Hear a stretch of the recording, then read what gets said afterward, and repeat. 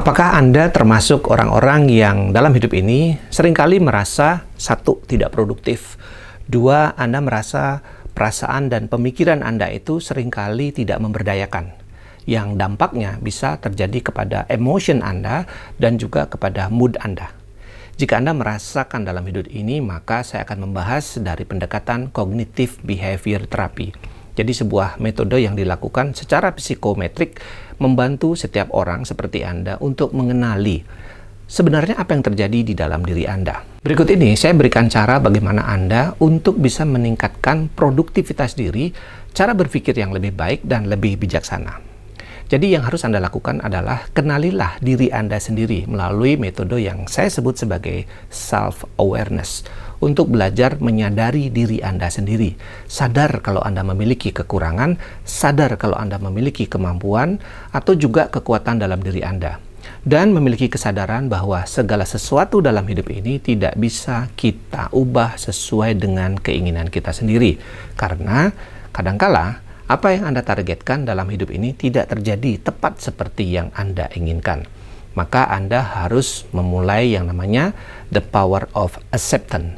Belajar menerima, bukan beradaptasi. Karena adaptasi bisa dilakukan ketika Anda pertama-tama menerima segala sesuatu yang terjadi dalam diri Anda.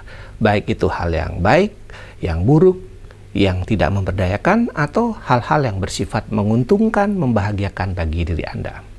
Nah, langsung saja, yang harus Anda lakukan setelah self-awareness adalah mengetahui mekanisme kerja otak Anda.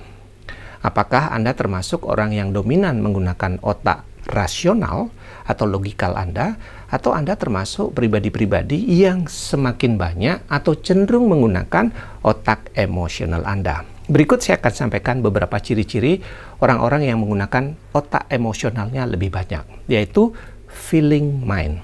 Jadi pertama, orang ini adalah selalu merasa ada ketakutan, keraguan, kemudian hal-hal yang bersifat membahagiakan, kesedihan, reaksi yang berlebihan terhadap segala sesuatu yang dia jumpai, kemudian dia tidak realistik dalam berpikir karena mengedepankan intuisi yang ada dalam dirinya, kemudian subjektif penilaiannya, lebih kepada empati, kemudian memiliki rasa kasih sayang yang kuat dalam dirinya.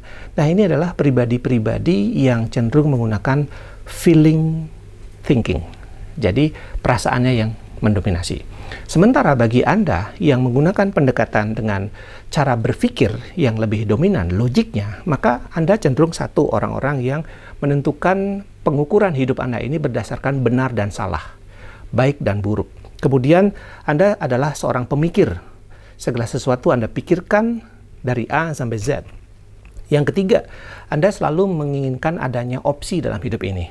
Anda menyiapkan opsi A, Anda ingin opsi B, dan Anda siapkan opsi C, dan seterusnya. Yang keempat, Anda membutuhkan banyak informasi dalam hidup ini untuk bisa melakukan kesimpulan-kesimpulan terhadap apa yang Anda lihat, apa yang Anda hadapi. Yang kelima, Anda itu orang yang sangat rasional, sangat logik. Segalanya Anda hitung berdasarkan intelektual Anda. Dan yang terakhir, Anda adalah orang yang sangat details. Nah, ini merupakan ciri-ciri kalau Anda itu adalah seseorang yang lebih mengutamakan cara berpikir menggunakan thinking mind. Sementara yang tadi adalah feeling mind. Nah, kombinasi antara pikiran emosional dan pikiran rasional itu akan menciptakan satu kondisi berpikir yang netral, yang saya sebut sebagai wisdom mind.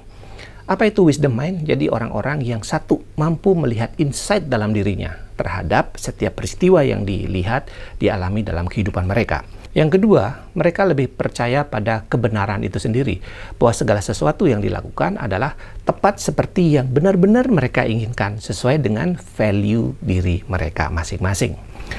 Dan yang ketiga adalah pengertian, atau Anda memiliki satu pemahaman dalam diri Anda bahwa segala sesuatu itu bisa saja terjadi tidak seperti yang Anda inginkan.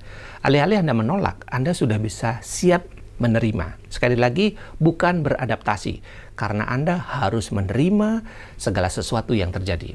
Ketika Anda sudah menerima, maka Anda akan lebih bijaksana untuk melakukan langkah-langkah berikutnya yang lebih baik dan tepat. Kemudian yang keempat adalah bagaimana Anda harus bersifat objektif. Anda harus objektif terhadap apa yang Anda harus lakukan. Jadi, milikilah target yang jelas, kemudian Anda harus tahu apa yang harus Anda lakukan. Dalam hidup ini, apakah Anda memiliki objektif, memiliki tujuan, memiliki goal atau tidak? Maka Anda sudah memilih. Bagi Anda yang sudah punya goal, Anda memilih untuk membuat goal. Bagi Anda yang belum memiliki goal, maka Anda sudah memilih untuk tidak membuat sebuah goalnya.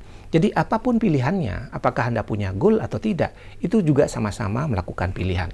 Jadi saran saya Anda harus melakukan pilihan yang bijaksana. Itulah yang saya sebut dengan wisdom mind. Jadi jika Anda tertarik untuk belajar bagaimana mengembangkan potensi diri Anda, memberdayakan otak Anda, perasaan Anda, dan emosional Anda menggunakan cognitive behavior therapy, Anda boleh mengikuti video-video saya berikutnya. Caranya gampang banget, Anda tinggal ikutin saya dan berikan komen-komen yang bersifat pertanyaan atau bisa mengembangkan channel yang saya buat ini. Tapi ingat, jangan bilang-bilang bersama saya, Coach Wira.